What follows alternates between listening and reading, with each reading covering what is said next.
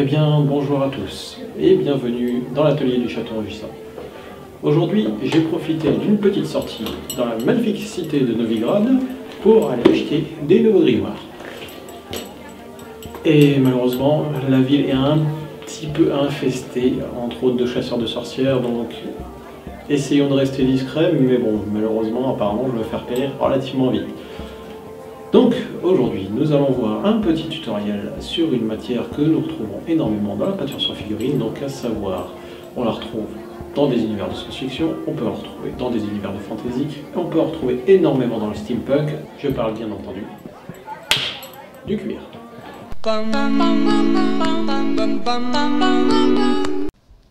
Je ne vais pas vous expliquer ce qu'est le cuir ici bien sûr.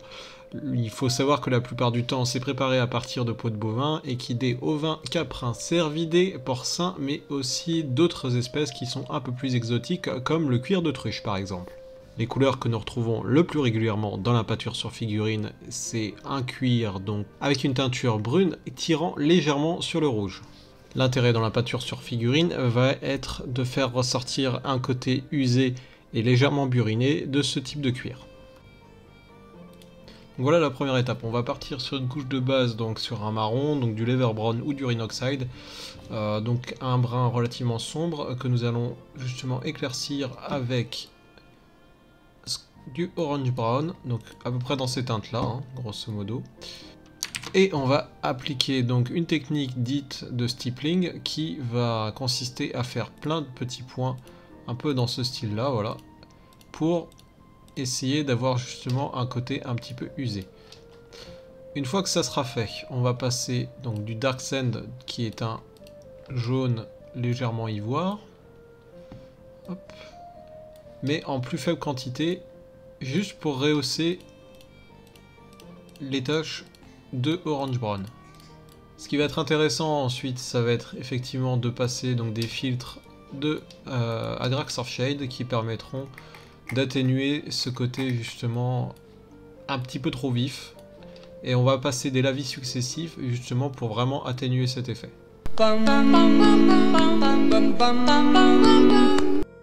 Maintenant que nous avons vu la théorie, nous allons passer à la pratique.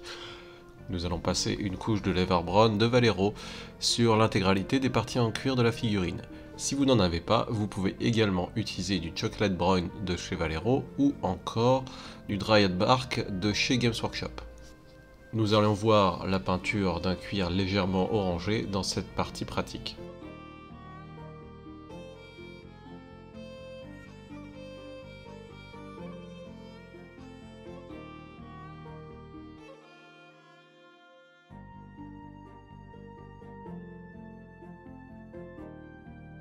Une fois que vous avez une couche bien opaque, nous allons commencer à créer de la texture sur ce cuir. Nous allons utiliser pour ça une technique qu'on appelle du stippling. Donc le stippling, c'est ni plus ni moins que du pointillage. Nous allons donc superposer effectivement des points les uns au-dessus des autres pour créer justement un effet de texture. Pour cela, vous avez deux méthodes. Vous avez la méthode longue, effectivement, en prenant son temps, en faisant énormément un nuage de points, et vous avez la méthode rapide qui permettra d'avoir juste un résultat, on va dire, entre guillemets tabletop, mais avoir un effet un peu waouh. Nous allons faire la deuxième solution dans ce cas présent. Prenez un vieux pinceau, donc avec des poils qui commencent à partir dans tous les sens, ou un petit pinceau de maquillage. Avec du orange brown, nous allons tapoter la surface des parties en cuir, et nous allons tapoter de manière aléatoire sur l'intégralité du cuir. Vous pouvez également utiliser du Deathclaw Brown ou du Skag Brown de chez Games Workshop si vous n'avez pas de orange brown. Pour créer ce nuage de points, je vais prendre du orange brown sur le pinceau usé. Je vais essuyer la majeure partie comme si nous allions faire un brossage à sec. Mais au lieu de faire des va-et-vient comme pour un brossage à sec, on va juste tapoter sur l'intégralité de la surface en cuir.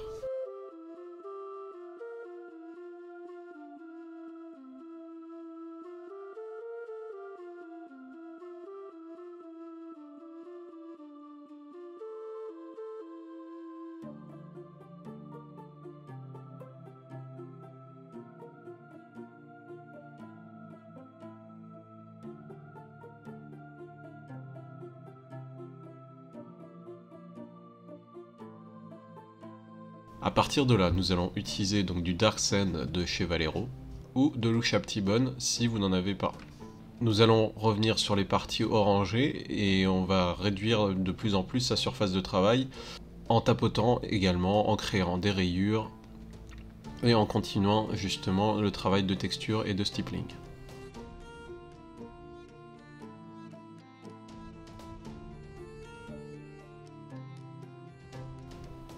Une fois que vous avez terminé, nous allons commencer à passer des filtres. Je veux ici un cuir vraiment bien usé, bien buriné.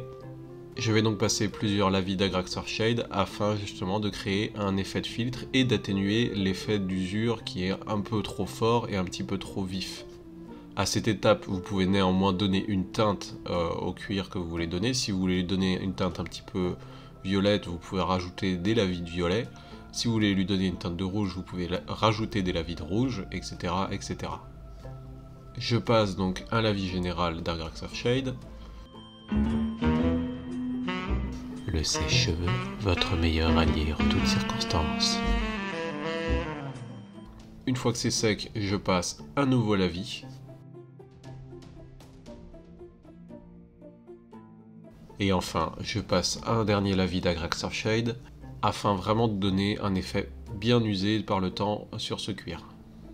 Faites attention quand vous passez les lavis, le premier lavis peut être un lavis général relativement classique, mais comme d'habitude avec le lavis, point trop d'infos, évitez toujours qu'il stagne dans les creux pour éviter d'avoir des flaques de lavis.